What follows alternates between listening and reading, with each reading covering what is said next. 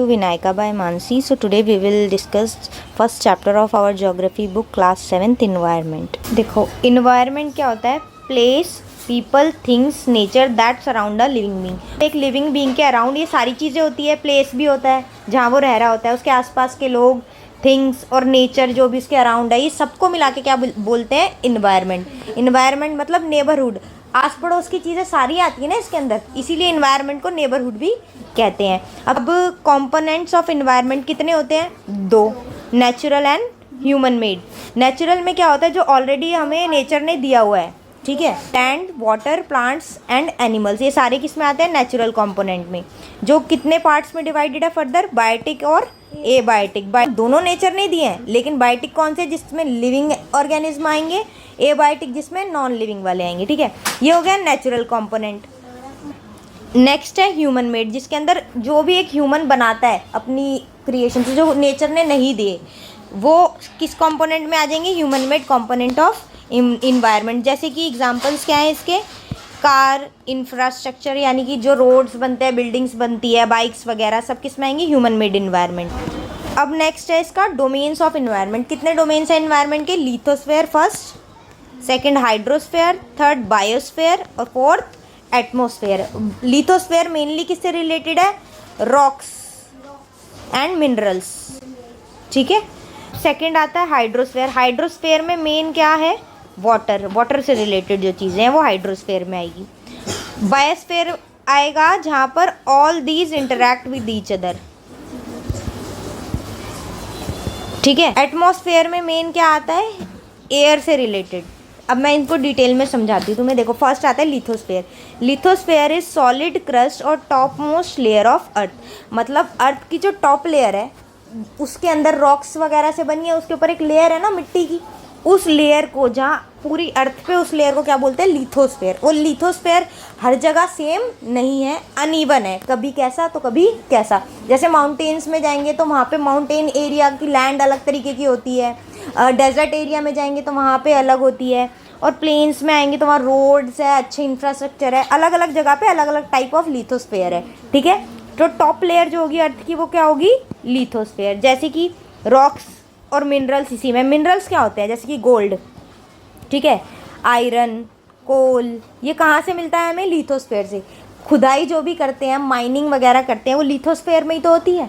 Atmosphere में तो नहीं करते ना, एयर में जाके. लिथोस्फेयर में करते हैं तभी तो मिनरल्स मिलते हैं. आगे क्वेश्चन आ जाए मिनरल कहाँ पे मिलते हैं, तो लिथोस्फेयर में, ठीक है. अच्छा, वेरियस लैंड फॉर्म्स. कितने टाइप की लैंड होती है लिथोस्फेयर में? मैंने बताया ना, माउंटेन्स, प्लेन्स, वैलीज और प्लेट्यूज. अलग अलग टाइप्स के. कहीं माउंटेन एरिया है, कहीं प्लेन एरिया है, कहीं थोड़ा ऊंचे वाले. अच्छा, लिथोस्फेयर से हमें मिलता क्या क्या है? एक तो हमें क्या मिलता है? फॉरेस्ट, जंगल मिलते हैं ना, और सबसे इम्पॉर्टेंट लैंड मिलती है. लैंड पे तो हम रहते हैं, हमारे रहने के लिए ज़रूरी है, सेटलमेंट. और एग्रीकल्चर नहीं हुआ. हाँ, एग्रीकल्चर होता है उस पर. कुछ भी मिनरल्स जो हमें मिलते हैं वो लैंड से ही तो मिलते हैं. तो ये सारी चीज़ें हमें किससे मिलती है? लिथोस्फेयर से, ठीक है. समझ आ गया लिथोस्फेयर क्या होता है. अब सेकंड है हाइड्रोस्फेयर. हाइड्रोस्फेयर क्या है? Domain of water. जो भी वाटर सोर्सेज है अर्थ पे जितने भी सोर्सेज हैं जहाँ से हमें वाटर मिलता है, वो किसके अंदर आएंगे? हाइड्रोस्फेयर में. जैसे कि रिवर्स, नेचुरल है ना, नेचर ने हमें दी है. Lakes, seas, oceans. अच्छा, ये सारी चीज़ें अगर इन्वायरमेंट के कंपोनेंट पूछूं मैं, उसमें किस में आ सकती है? ये देखो, ये नॉन लिविंग है, ये तो हमें पता है, नेचर ने दी है, ये भी हमें पता है. तो जो नॉन लिविंग और नेचर ने हमें दी होती है, नेचर वाले ये है और नॉन लिविंग वाली ये है, तो ये किस में आ जाएगी? एबायोटिक. तो ये कौन सा हो गया? एबायोटिक नेचुरल कंपोनेंट, ठीक है. एबायोटिक नेचुरल कंपोनेंट, ठीक है. अब नेक्स्ट है एटमॉस्फेयर. एटमॉस्फेयर में मेन मैंने क्या बताया था तुम्हें? Air. Thin layer of air surrounding earth. ये हमारी अर्थ है, तो इसके सराउंडिंग में जितनी भी एक लेयर सी है एयर की, उसको क्या बोलेंगे? एटमॉस्फेयर. और इसके अंदर क्या क्या इंक्लूड है? इस लेयर एयर के अंदर भी तो बहुत चीज़ें मिलके ही एयर बनी होगी ना. क्या क्या? Gases, different types of gases, और डस्ट और वाटर वेपर जो ओस होती है. इन सबको मिला के जो लेयर बनती है एयर की, हाँ, पानी की बूंदे, ओस, जो ओस में जो कन्वर्ट हो जाती है वो वाटर वेपर होता है. It protect us from harmful radiations and heat of sun. अब एटमॉस्फेयर हमें पता चल गया क्या है, जो लेयर हमें अर्थ को सराउंड करती है, लेकिन ये हमें प्रोटेक्ट किससे करती है, क्या है इसका बेनिफिट है, जो भी सन की रेज होती है, यूवी रेज, अल्ट्रावायलेट रेज, अगर वो डायरेक्ट हमारे ऊपर आए, कुछ भी प्रोटेक्शन के लिए ना हो, तो हम हार्म हो सकते हैं, हमारी स्किन पे इफेक्ट हो सकता है, हमें डिजीजेज हो सकती है, हाँ बहुत प्रॉब्लम हो सकती है। तो ज़्यादा हीट और हार्मफुल रेडिएशंस जो भी हो सकती है, यूवी रेज यानी कि अल्ट्रावायलेट रेज ऑफ सन, उससे हमें एटमॉस्फेयर प्रोटेक्ट करता है। अब एटमॉस्फेयर में अगर कुछ भी चेंजेस आते हैं, जैसे कि कोई गैस ज़्यादा हो गई, कार्बन डाइऑक्साइड या कुछ भी हो गया ग्लोबल वार्मिंग की वजह से, ये सारे चेंजेस किसकी वजह से आते हैं, जब एटमॉस्फेयर में चेंज होता है। इसी वजह से वेदर भी चेंज होता है और क्लाइमेट चेंज भी होता है, ठीक है। कभी कभी बोलते हैं ना बहुत ज़्यादा ही गर्मी पड़ने लग गई है, पहले नहीं पड़ती थी, क्यों, क्योंकि एटमॉस्फेयर में चेंजेस आ रहे हैं, इसी वजह से ये सारी चीज़ें हो रही है, ग्लोबल वार्मिंग एटसेट्रा, ठीक है। हम एसी वगैरह इतना यूज़ करते हैं, उससे जो हार्मफुल गैसेस रिलीज होती है वो कहाँ जाएंगी, एटमॉस्फेयर में ही तो जाएगी, जिससे हीट बढ़ेगी, अर्थ का टेम्परेचर बढ़ेगा, अर्थ का टेम्परेचर बढ़ेगा तो लेयर में भी हीट बढ़ेगी ना एटमॉस्फेयर में, तो उसका इफेक्ट हमारे वेदर पे और क्लाइमेट पे पड़ता है। समझ आया एटमॉस्फेयर। अब होगा नेक्स्ट बायोस्फीयर। अब आते हैं बायोस्फीयर, इसमें क्या है, प्लांट एंड एनिमल किंगडम, मतलब ये दोनों को मिला के जो भी बनता है वो क्या होगा, बायोस्फीयर। जो भी लिविंग वर्ल्ड होता है, इस पूरे लिविंग वर्ल्ड को, एरिया नहीं लिविंग वर्ल्ड, इस पूरे को क्या बोलते हैं हम, बायोस्फीयर, जहाँ पे प्लांट्स एनिमल्स एक दूसरे से इंटरेक्ट करते हैं। अब बायोस्फीयर में क्या क्या चीज़ें मेन आती है, लैंड, वाटर और एयर, ये तीनों चीज़ें जब एक दूसरे से इंटरेक्ट करती है, लैंड, वाटर और एयर, तो उसको क्या बोलते हैं हम, बायोस्फीयर। अब लैंड तो रिलेटेड है लिथोस्फीयर से, वाटर रिलेटेड है हाइड्रोस्फीयर से, और एयर रिलेटेड है एटमॉस्फेयर से। तीनों अलग अलग डोमेन्स है ना, लेकिन इनके तीनों का अकेले अकेले तो कोई काम नहीं है, लाइफ के लिए तो तीनों ज़रूरी है। पानी के बिना आप रह सकते हो, हवा के बिना रह सकते हो, कोई भी एक ना हो तो रह सकते हो, तीनों चीज़ें चाहिए ना रहने के लिए। तो जब ये तीनों चीज़ें इकट्ठे आ जाती है तो उसे हम क्या बोलेंगे, बायोस्फीयर। अलग अलग तो लिथोस्फीयर है, हाइड्रोस्फीयर है, एटमॉस्फेयर है, लेकिन तीनों जब एक दूसरे से इंटरेक्ट करेंगे तो वो क्या होंगे, बायो। अब नेक्स्ट है इकोसिस्टम, ठीक है। अब इकोसिस्टम क्या होता है, same biosphere kind of thing है। इसमें देखो जितने भी लिविंग ऑर्गेनिज्म हैं, हम हैं, ह्यूमंस भी, प्लांट्स भी, एनिमल्स भी, ये सारे जो नेचर ने हमें दिया है और जो ह्यूमन ने बनाया है, सब कुछ अलग अलग तो हमने पढ़ लिया, लेकिन इकट्ठे लिविंग ऑर्गेनिज्म और बाकी की चीज़ें जो नेचर ने दी है और जो हमने बनाई, ये सब चीज़ों से जब हम इंटरेक्ट करते हैं तो आपस में एनर्जी एक्सचेंज होती है। हम कुछ चीज़ों में एनर्जी लगा के कुछ बनाते हैं, जैसे फॉरेस्ट से हमने वुड ली, वुड से हमने कुछ फर्नीचर बनाया, तो हमारी एनर्जी लगी, और जो हमारे जो फिज़िकल नेचर ने हमें दिया है पार्ट, जो फिज़िकल रिसोर्सेज हमें दिए हैं, उससे हमने क्या बनाया, फर्नीचर बनाया, और उन्होंने हमें क्या दी, वुड दी, रॉ मटेरियल दिया।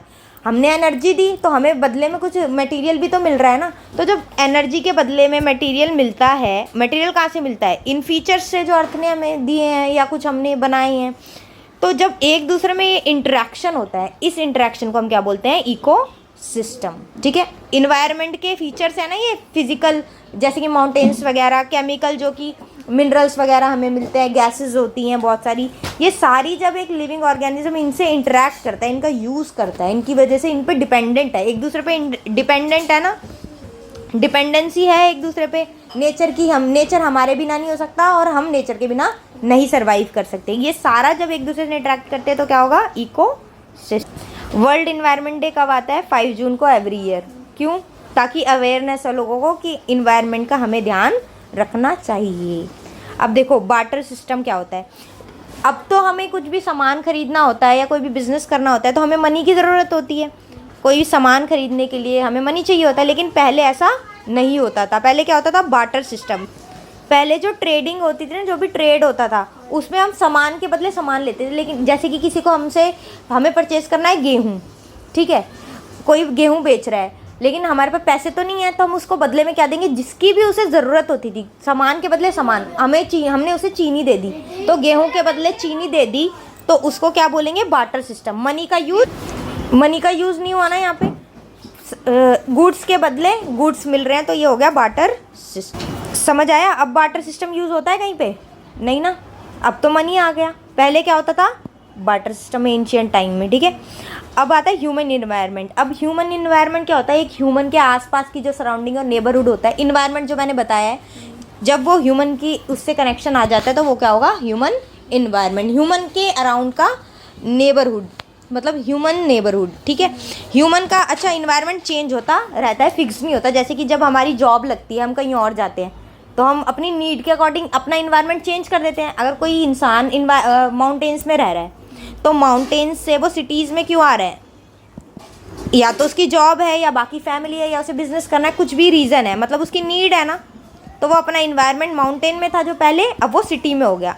इसका मतलब क्या है? ह्यूमन इन्वायरमेंट कीप्स चेंजिंग, वो फिक्स नहीं होता। अच्छा, क्या क्या चेंजेस आए हैं ह्यूमन इन्वायरमेंट में? नए नए मेथड आए हैं ना, जैसे कि ग्रोइंग क्रॉप्स। पहले क्रॉप्स तो नहीं उगाते थे, वो हंटिंग एंड गैदरिंग होती थी, शिकार करते थे। अब क्या हो गया? क्रॉप्स ग्रो होने लग गए। फिर उसके बाद कैटल्स जो होते थे, जितने भी जानवर होते थे, वो ऐसे ही घूमते थे, उनको शिकार कर देते थे आदिवासी जो होते थे। फिर बाद में उनको उन्होंने पालना सीखा, डोमेस्टिकेट करा, ठीक है। अच्छा, क्या क्या चेंज आए हैं पहले के इन्वायरमेंट में? एक तो ग्रोइंग क्रॉप्स, पहले खेती वेती एग्रीकल्चर कुछ नहीं होता था, इतना दिमाग डेवलप नहीं था उस टाइम पे लोगों का। अब क्रॉप्स भी ग्रो हो रहे हैं और नई नई टेक्नोलॉजीज आ रही है, जैसे आईटी, इंफॉर्मेशन टेक्नोलॉजी, ठीक है। इसकी वजह से मॉडर्न चीज़ें हो रही हैं बहुत ज़्यादा। ट्रांसपोर्ट भी बस कार हो गई, पहले तो वो चलते थे बुलॉक कार्ट्स, जैसे कि वो ठेला वगैरह होते थे, हाँ वो, ठीक है। और व्हील बना सबसे पहले, जो पहिया होता है उसका इन्वेंशन हुआ। तो धीरे धीरे ये सारी डेवलपमेंट्स हुई, तो चेंजेस आए। पहले बार्टर सिस्टम होता था, अब नहीं है। क्यों? क्योंकि अब मनी बन चुका है। ये सारे चेंजेस है। इंडस्ट्रियल रेवोल्यूशन आई, जिसकी वजह से ज़्यादा प्रोडक्शन होने लग गई। पहले कम बना पाते थे, क्योंकि स्टोरेज तो कर नहीं सकते थे, ख़राब हो जाएगा कुछ भी बनाएंगे तो। अब तो इतनी टेक्नोलॉजी, चीज़ें धीरे धीरे बढ़ी कि स्टोरेज की जगह भी बन गई, कैंस टिन सब बन गए, तो प्रोडक्शन भी बड़ी हो गई। तो ये सारे चेंजेस आए हैं, जिससे ह्यूमन इन्वायरमेंट चेंज हुआ। और यहाँ ख़त्म होता है ये पूरा चैप्टर।